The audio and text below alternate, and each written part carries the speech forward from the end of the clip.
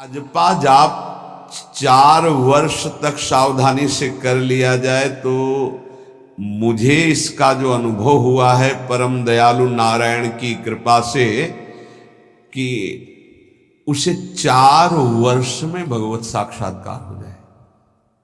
नारायण स्वामी को 4 वर्ष में, तो कह रहे नारायण भगवान की कृपा से इस दास को जो अनुभव हुआ अजपा जाप से 4 वर्ष में भगवत साक्षात्कार। पर अजपा जाप एक अलग है जो निरंतर चलता रहता है, चलाना नहीं पड़ता है। इतनी व्याकुलता इन महापुरुष के अंदर थी और इतने असंग थे, एक रस्सी केवल कमर में और टाट की पट्टी की लंगोटी, बस पूरा टाट ऐसे गमछे की तरह नहीं, केवल टाट की लंगोटी, एक रस्सी, बस पूरे जीवन में गर्मी सर्दी बरसात।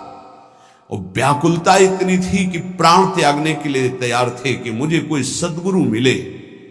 जब देखा कि उनके अनुकूल भाव नहीं बैठ रहा है तो हिमालय में पहाड़ी पे चढ़ के गिरने ही वाले थे अपने शरीर को नष्ट करने। कितनी बड़ी मुमुक्षुता। उसी समय पीछे से किसी ने पकड़ा और कहा, मंत्र ही तो चाहते हो ना, नारायण नारायण नारायण यही जपो, असंग रहो, असंग रहो, नारायण नारायण जपो। वो औरों की असंगता की बात जाने दो, शरीर से भी असंग हो गए। वो कह रहे कि 4 वर्ष में अजपा जाप से मेरे स्वामी नारायण की कृपा से इस गुलाम को भगवत साक्षात्कार हुआ। पहला जो दर्शन हुआ, इससे पता चलता है फिर आगे दर्शन होते रहे। पीछे छम छम की आवाज आई। अचानक वो इतना आकर्षण था कि मैं मुड़ा, देखा वो विमान की छोटी छोटी घंटियां बज रही थी। 4 पार्षद जो भगवान नारायण के आसपास थे और बीच में भगवान नारायण विराजमान थे। विमान नीचे उतरा, जो ही हमने देखा साष्टांग दंडवत किया, निहाल हो गए।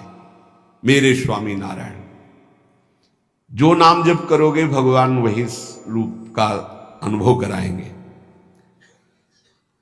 उन्होंने कहा,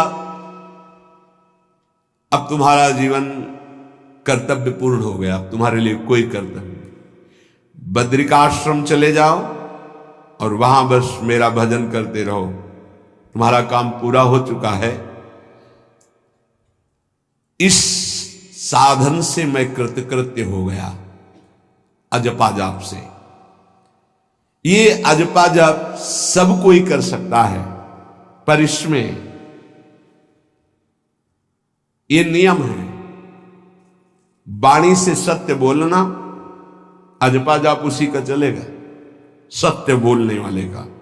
ये जब उतरे हैं भगवत मार्ग में तो झूठ काहे को बोले भाई, काहे को झूठ बोले। लेकिन झूठ का तो ऐसा राज्य हो चुका है जबान पे, मतलब समझी में नहीं आता कि हम झूठ बोल रहे हैं। और झूठ में कलयुग का वास है, असत्य, इसमें कलयुग का वास है। इसीलिए प्रायः सबकी वाणी से झूठ निकलता है। झूठे ही लेना, झूठे ही देना, झूठे ही भोजन, झूठ चबेना। तो कम से कम और भूले तो भूलो, तुम जिन भूलो मालाधारी। अरे भगवत पार्षद, तुम क्यों भूल रहे हो कि तुम सत्य स्वरूप भगवान की आराधना करते हो। प्रेम पूर्वक जप करना, समदर्शित्व भाव लाना। अजपा जाप 24 घंटे होता है श्वास के साथ पहले। 4 वर्ष के साधन से विमान में आए हुए भगवान नारायण का दर्शन। भाई जी महाराज का तो ऐसे दर्शन, निज पार्षद जन, निज जन थे, उनके बीच में भाई जी से पूछते जा रहे हैं, पूज्य श्री जयदयाल गोयनका जी, भगवान के चरण कितनी दूर हैं? बस बोले पास हैं, स्पर्श कर रहा हो। कैसे लोगों को विश्वास होगा? कैसे? जैसे वो एक विज्ञान से पढ़े लिखे डॉक्टर, तो उनको लग रहा था कि संत ऐसा कैसे कर सकते हैं कि किसी का कैंसर नष्ट कर दे। जैसे उनको लग, पूज्य राधा बाबा के प्रारब्ध को भाई जी ने अपने शरीर पर लिया। देखो, नाटक करना अलग बात है, सिद्ध संत जन करुणामय होते हैं। कल फिर बताया था, उन्होंने अपने प्रारब्ध जो भजन साधन से एकत्रित किया हुआ उनको दिया, प्रारब्ध अपने ऊपर ले लिया, अपनी टांग कटा ली उनका कैंसर। भाई जी अस्पताल में भर्ती रहे राधा बाबा की प्रारब्ध को लेकर के। इन संतों की महान उदारता और महिमा को कैसे कोई जानेगा। ये अजपा जाप में बड़ी सामर्थ्य है। इसमें क्या होता है कि जपना नहीं होता है, पर यहां तक पहुंचना कठिन है। पीछे बताया गया था कि इतने समय तक अगर आप वैखरी से भजन करें, परसों ही शायद चर्चा हुई थी, फिर आपके कंठ से चलने लगेगा, फिर आपके हृदय से चलने लगेगा, फिर नाभि से चलने लगेगा। ये श्वास पर अभ्यास किया जाता है। ऐसा जैसे आवाज ना निकले पर आप गुनगुनाओ, नाक की वायु को अंदर से काटते हुए नाम के द्वारा, बस आवाज नहीं निकल रही, बकाया चल रहा है श्वास में। हमने नारायण शब्द का अभ्यास किया। नारायण स्वामी जी कह रहे, जो हमें गुरु जी ने दिया नारायण नारायण, 24 घंटे इसका अभ्यास करते करते रोम रोम आनंद से भर गया और नारायण शब्द स्वाभाविक चलने लगा। अजपा जाप बहुत जल्दी भगवत साक्षात्कार कराता है, करता नहीं रहता जाप का, और जाप होता है। भोरी सखी जी ने भी कहा, नाम श्वास दो बिलक चलत है, इनको भेद नमो को भावे, श्वास ही नाम नाम ही श्वासा, नाम श्वास को भेद मिटा। बहुत जो चाहोगे प्राप्त हो जाएगा। ये रुपया पैसा संसार की भोग सामग्री, ये तो तुम्हें कोई देगा भी तो तुम्हारी इच्छा नहीं होगी, आसक्ति नहीं होगी इनकी तरफ। ब्रह्मादि के भोग सब विषम लागत ताई, नारायण ब्रज चंद की लगन लगी है जाई। अजपा जाप को निरंतर चलाने के लिए एकांत में भगवान की कुछ स्तोत्र और प्रार्थना है, उनको गाइए और रोइए, प्रभु से प्रार्थना कीजिए, क्या मुझे अजपा जाप दे दीजिए, निरंतर भजन दे दीजिए, वो दे देंगे। हमने संतों से सुना है कि भगवान भजन मांगने की बात को बड़ी जल्दी पूरी करते हैं, कि मुझे अखंड भजन दे दीजिए, हृदय से जब चाहोगे तब। वो अंतर्यामी है, वो आपके अंदर बैठे देख रहे हैं। भगवान मुझे भजन दे दिए, आपके चल रहा विविध भोगों की, तो पहले उन भोगों को नष्ट करेंगे या पूर्ण कराएंगे, तब आखिरी बातें आएगी। जब विभीषण जी श्री भगवान के सन्मुख गए तो भगवान ने सबसे पहली बात पूर्ण की, जो लंका में चलते समय भाव आया था कि भगवान के चरणों का आश्रय लेकर उनके बाहुबल से इस रावण का विनाश करके जिस सिंहासन पर बैठकर इसने लात मारी, यहीं बैठूंगा आके।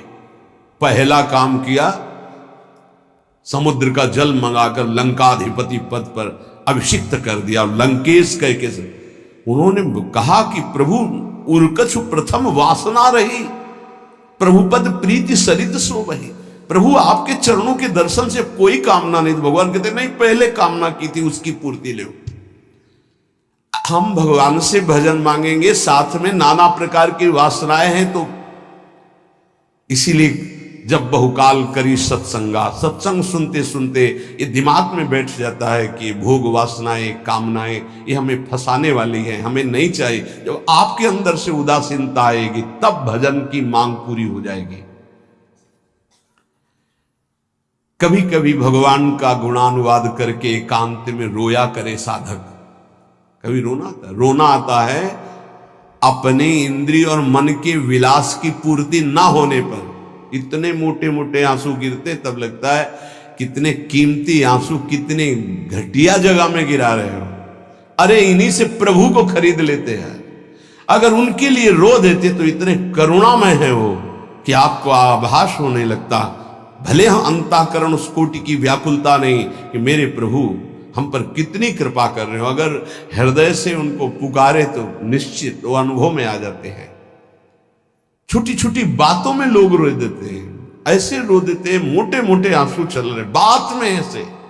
और प्रभु की चर्चा हो जाए घंटों, कोई फर्क नहीं पड़ेगा। ये तो आश्चर्य लगता है। और भक्तों को चाहे जितना भीषण कष्ट हो, कभी आंसू नहीं निकल सकते। जब आंसू निकलेंगे तो भगवत भाव में निकलेंगे। कह रहे नारायण स्वामी कि अजपा जाप के लिए भगवान से प्रार्थना करो, कभी कभी एकांत में उनके स्तोत्र हैं, गुण हैं, उनको गा गा कर रो, उनसे प्रार्थना करो, हे दीन बंधु मुझे अपना अखंड भजन दे दो, जो चाहिए सब प्राप्त हो जाएगा। भजन से क्या नहीं प्राप्त हो सकता। एकांत में बैठकर रोने से, ऐसे प्रतिदिन जब आप नियम बना करके प्रभु से प्रार्थना करेंगे। मीराबाई जी ऐसा ही करती थी, रात्रि में गिरधर से बात करती थी, प्रार्थना करती थी। नारायण स्वामी जी कह रहे हैं उपासक ये बिल्कुल ध्यान रखे, यदि नाम सिद्ध करना है तो झूठ बोलना शपथ पूर्वक त्याग दे। झूठ नहीं बोलूंगा, सत्य बोलना इस अजपा जाप के लिए निहायत जरूरी है, निहायत जरूरी है।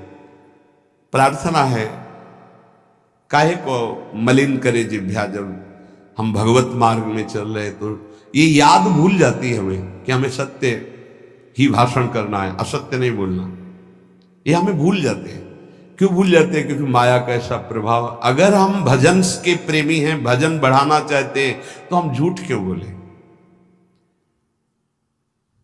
सारे जगत में जो भी तुम्हारे सामने आवे, दृष्टि से उसको जरूर देखकर एक बार प्रणाम करो, मेरे प्रभु इस जीव जंतु के रूप में, जड़ के रूप में, चैतन्य के रूप में। इससे तुम्हारे हृदय में पवित्रता बढ़ेगी, अजपा जाप चलने में